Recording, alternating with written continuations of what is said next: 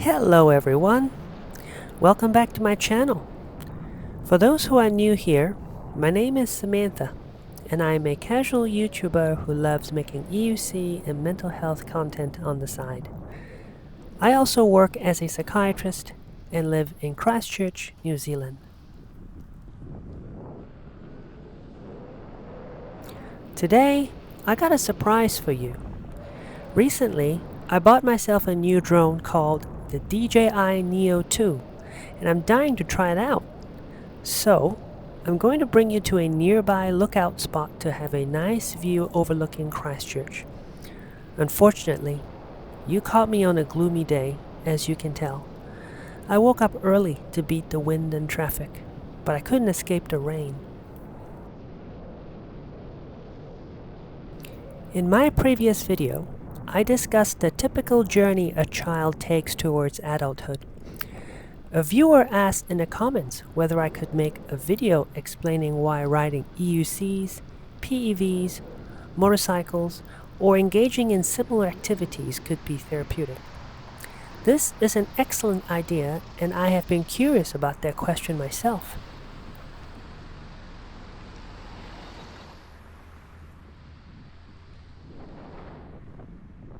In this video, I'm going to focus specifically on the therapeutic effects of riding an EUC, but I imagine this could apply to other activities that are similar as well. There are 3 questions I hope to shed light on. Number 1.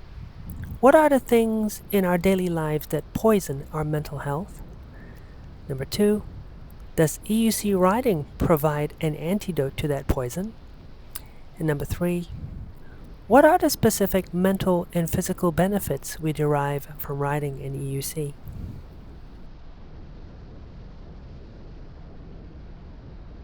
But before I dive into the video, I just want to do a brief check-in on everyone, as it has been more than a month since the death of your dear friend Ryan Chin. Well, how are you doing? Are you feeling better or worse? Are you sleeping well at night? I hope you are doing well. Remember, grieving comes in waves, but it is not a permanent state of despair. It may take longer than you expect, so don't rush the process. Please watch my video on how to grieve if you are still struggling. And with that out of the way, let's get on with the video.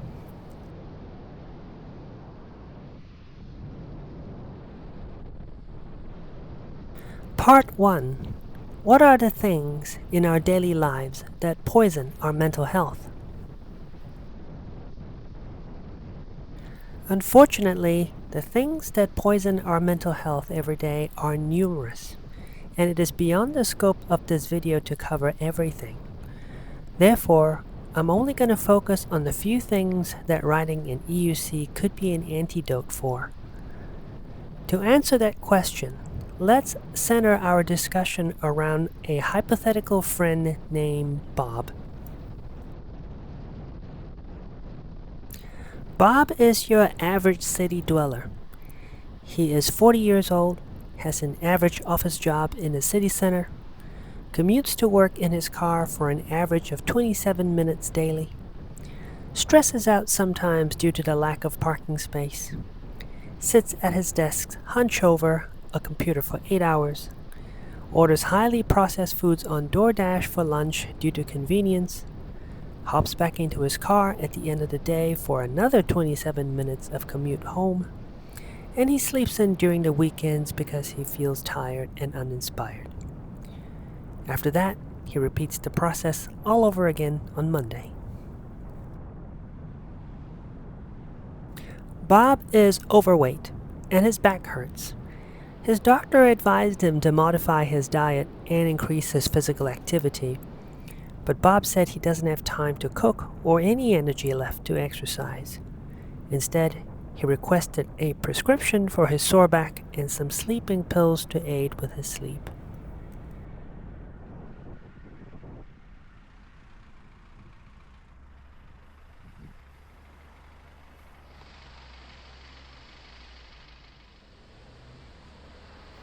Bob works as a customer service provider for a manufacturing company. He listens to customer complaints every day, which negatively affects his mood. He is riddled with fear of not living up to his boss's or customers' expectations. Although kind at heart, he appears outwardly timid. As a result, his colleagues exploit him by saddling him with extra work he can't say no to. He sometimes stays late at work, which further drains his energy. Before long, Bob shows early signs of burnout and his performance deteriorates. His boss notices this and places him on a work evaluation program with the threat of dismissal if he fails to meet expectations. Bob begins spiraling into depression and soon resorts to binge eating to regulate his emotions. After 3 months of hard work, he was laid off. He pays his doctor another visit, but now requests additional painkillers, sleeping pills, and a new prescription for antidepressants.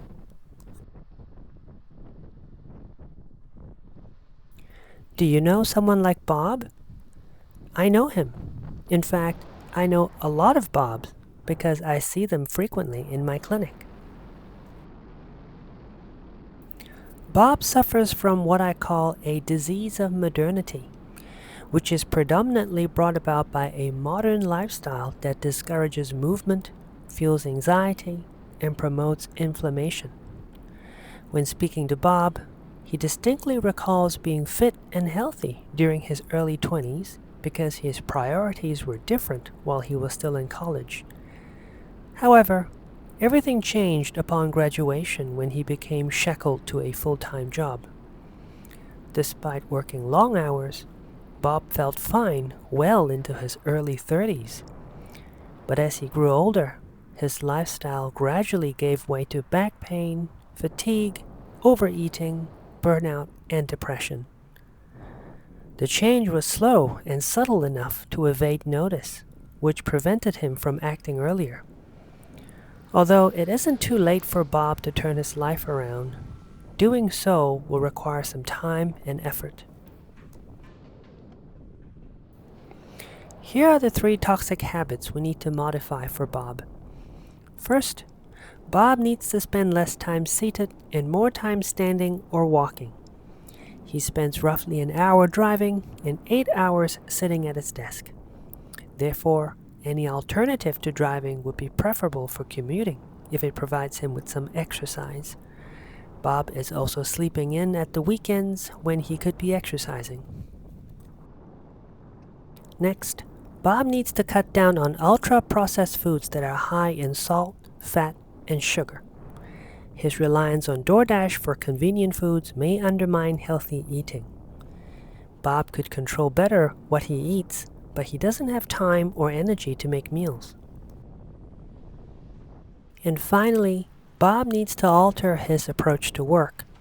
When speaking to clients, he ought to stop fixating on problems and focus on solutions instead without overanalyzing his decisions. He needs to be more assertive with his colleagues to establish healthier boundaries.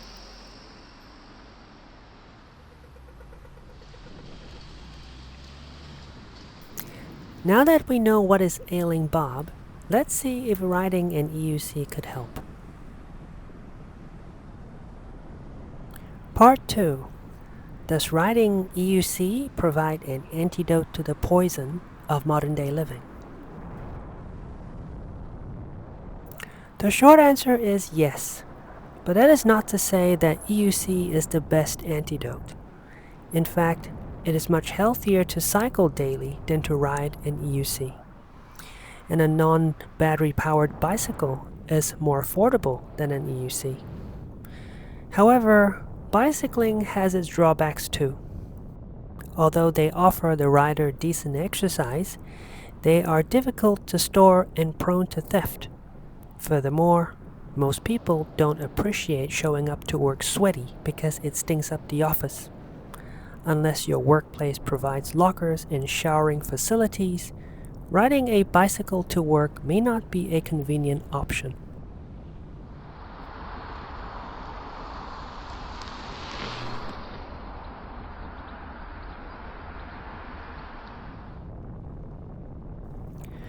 Now, let's rewind the clock and return to Bob.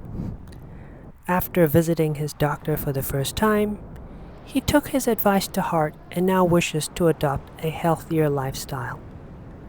Bob did not wish to cycle because his office does not provide showering facilities. Therefore, he decides to try his hand at a PEV instead. For his purposes, Bob needed something small, nimble, and portable. He wasn't concerned about range if he could charge his device under his desk while at work. After careful consideration, he decided to purchase his first EUC in the form of an InMotion V9, which is compact and lightweight. Although he could have adopted other forms of PEVs, Bob was inspired by his nephew who rode a Librakim Lynx, and he was intrigued by it. Bob requested lessons from his nephew, and he was happy to oblige.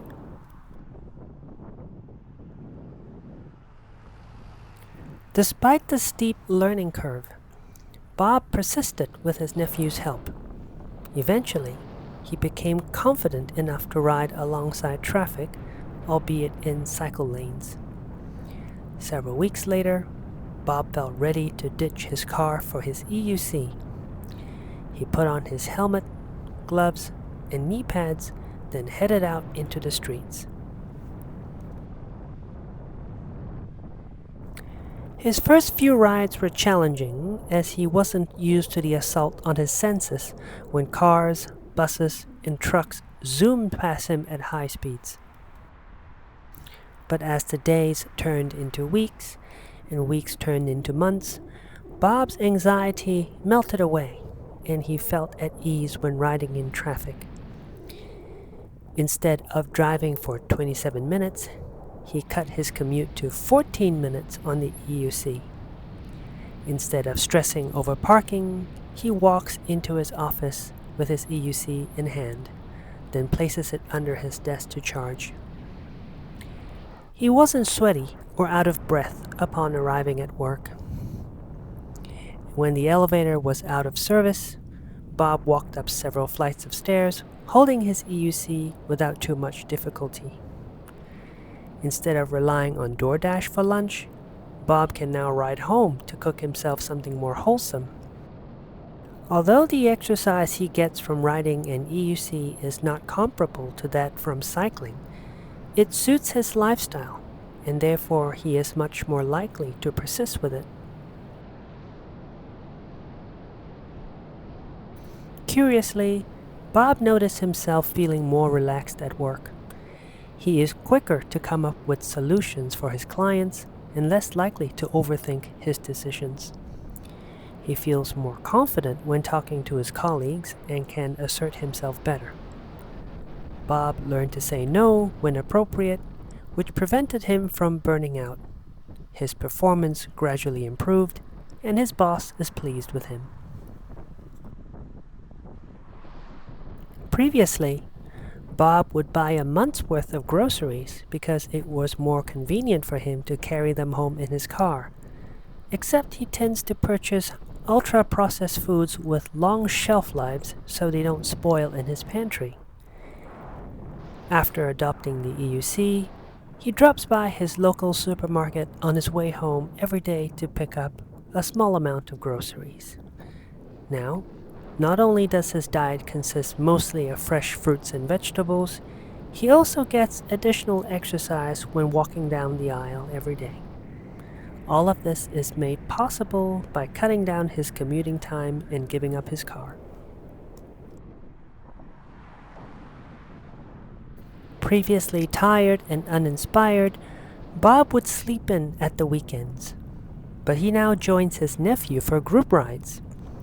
After getting to know the EUC community, Bob became inspired to try riding an EUC off-road. His nephew loaned him a used InMotion V14, and he quickly became addicted to the thrill. However, this also strained his muscles, as he wasn't used to the physical demands of the sport.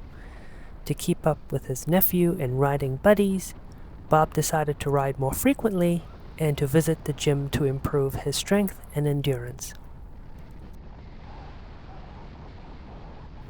One night, while having dinner with his EUC friends, Bob was introduced to Debbie, a new member of the EUC community. She too rides an InMotion V9, and Bob quickly struck up a conversation with her. Several weeks later, they started dating, and they now ride together on most weekends. A year later, Bob visited his doctor for an annual health check, and his doctor was surprised to learn that he was no longer overweight and has normal vitals and blood work. Bob stopped taking painkillers for his back and no longer needs sleeping pills. As you can see, Bob made one small change to his life, and this has led to compounding positive benefits. But let's analyze what is going on underneath the hood to see why EUC riding has led to such dramatic change for Bob.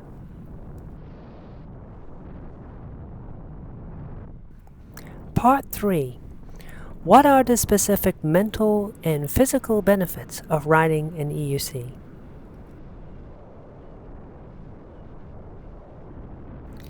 In 1975, a Hungarian-American psychologist named Mihail Csikszentmihalyi, I might be butchering his name here, introduced the idea of flow.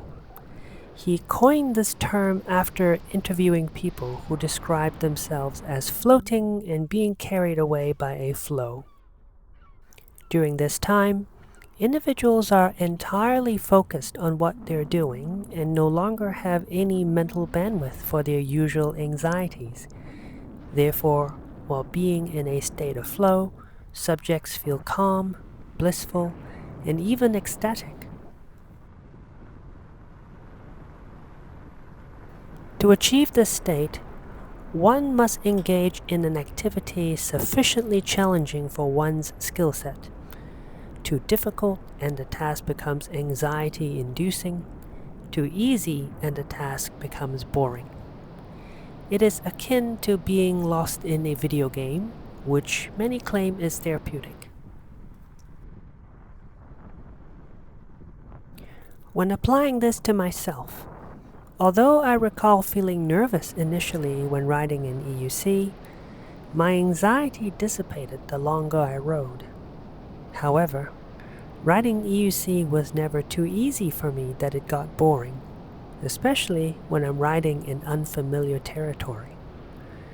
Whether it's riding through gravel, wet and uneven surfaces, or mounting on a slope, I continue to push my limits by taking risks.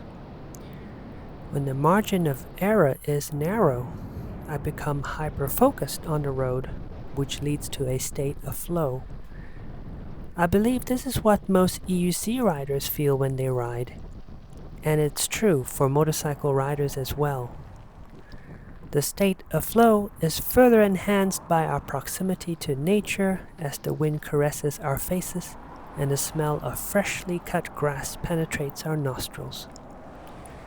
When riding alone in the hills, I often feel one with the universe, which is what my patients describe when they consume MDMA or party pills.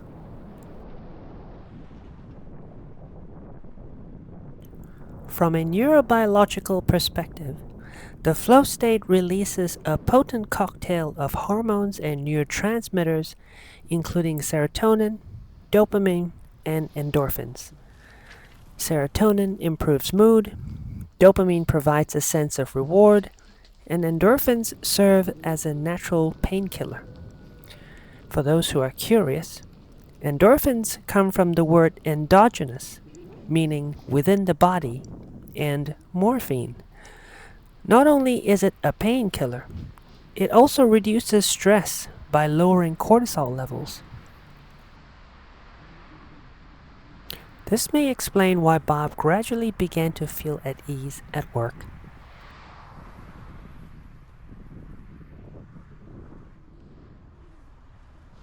Furthermore, Bob attracts a lot of attention from passerby who are not only intrigued by his EUC, but are impressed by his skills. Although receiving compliments from others made him uneasy for a while, he gradually learned to accept them with grace, which boosted his self-esteem. He feels less insecure at work, which translates into greater confidence and better boundary setting with his colleagues. Bob feels proud of himself for mastering such a rare and unique skill.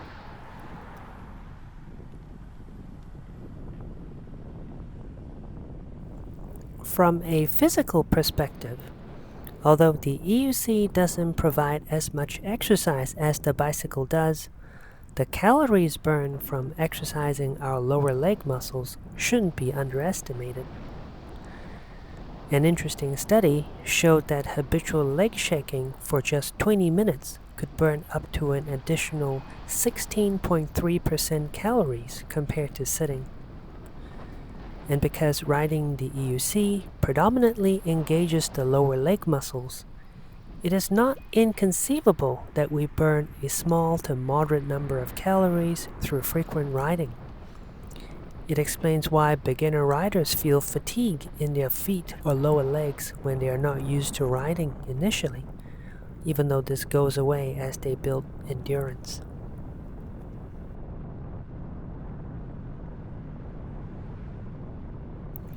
Most beginner riders describe their first experience as frightening or counterintuitive because to propel the EUC, one must allow oneself to fall forward. We place our trust in the wheel to catch us when we fall, and that is a tall order when even our closest friends and families are sometimes unwilling to do so. Therefore, our relationship with the EUC is fundamentally a trust exercise. For those of us who felt betrayed, we put up walls to defend ourselves, even though maintaining those walls consumes mental energy. Therefore, it is tremendously healing to be able to trust something so entirely that we let our guard down to let it take care of us instead.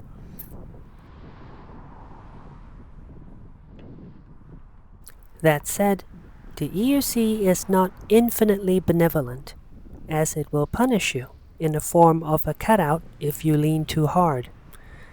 But to me, this isn't necessarily different to any relationship, and it isn't a bad thing because it cultivates mutual respect and reciprocity. Treat your EUC well, it will return the favor and never betray you. These lessons of trust, respect, and reciprocity are things we ought to teach our children if we want them to grow up to be happy and decent people. Yet, we seem to have forgotten them in today's world.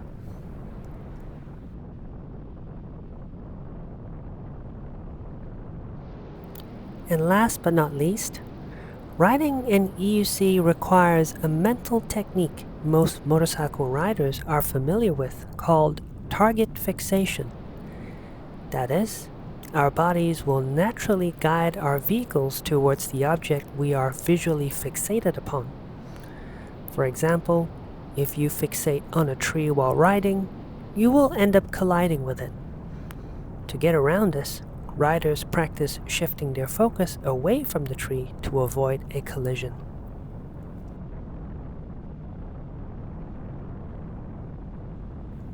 But why do we fixate on the tree in the first place? Of course, nobody wants to ride into a tree. Still, sometimes a lapse in focus while riding, especially when taking a corner at high speeds, can put us unwittingly on a collision course with it. As the tree approaches at high speed, our fight, flight, or freeze response is activated. When faced with a threat we could neither fight nor flee, we tend to freeze, which explains the tendency to do nothing while continuing to fixate on the tree.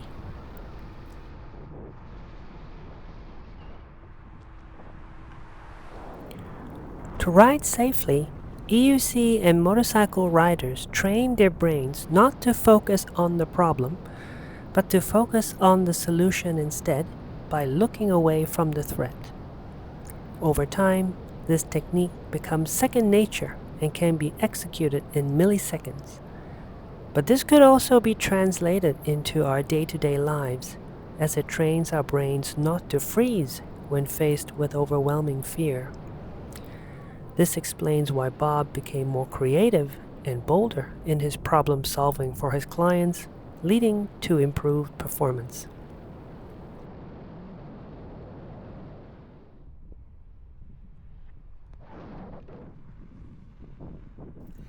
And here we have arrived at the lookout. It looks like I've beaten the usual tourists because there is no one around. There aren't many cars parked here either, which suggests that we'll have some privacy.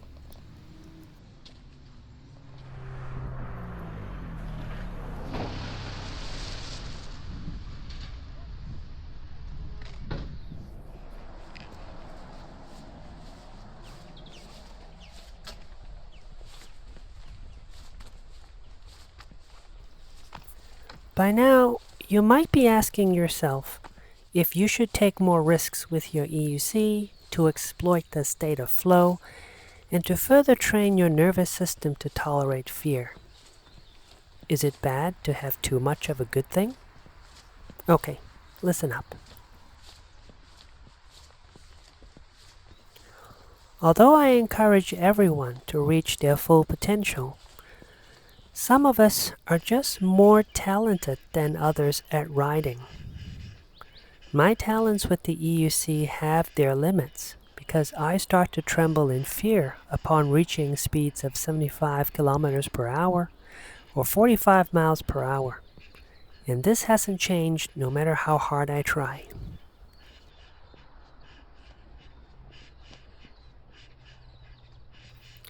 Therefore, I slow down out of respect for myself, my wheel, and the sport as a whole.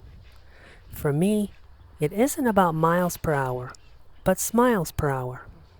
As long as I remain smiling at the end of the day, I sure don't mind riding more conservatively.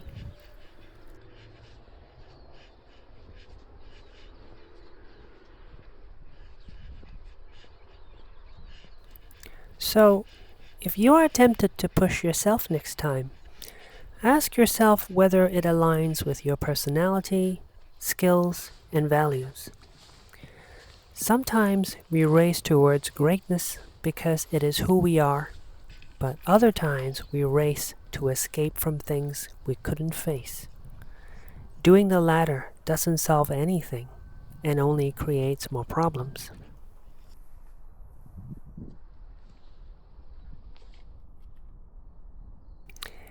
And after listening to all my preaching, I can finally reward you with a good overview of Christchurch. I apologize for the weather, but I'm afraid this will have to do for now. Enjoy. I believe I can fly. I believe I can touch the sky. I think about it every night and day. Spread my wings and fly away. I believe I can soar. I see me running through that open door. I believe I can fly. I believe I can fly. I believe I can fly.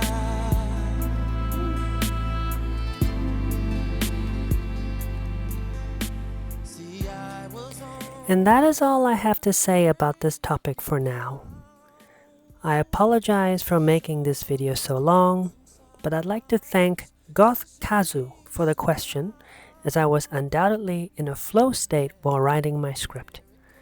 I could go on a bit more, but I'd rather not bore you any further, so I'm going to leave it at that.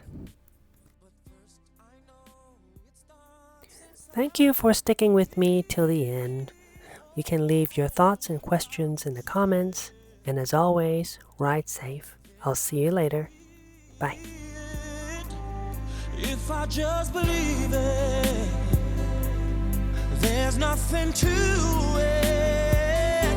I believe I can fly. I believe I can touch the sky. I think about it every night and day. Spread my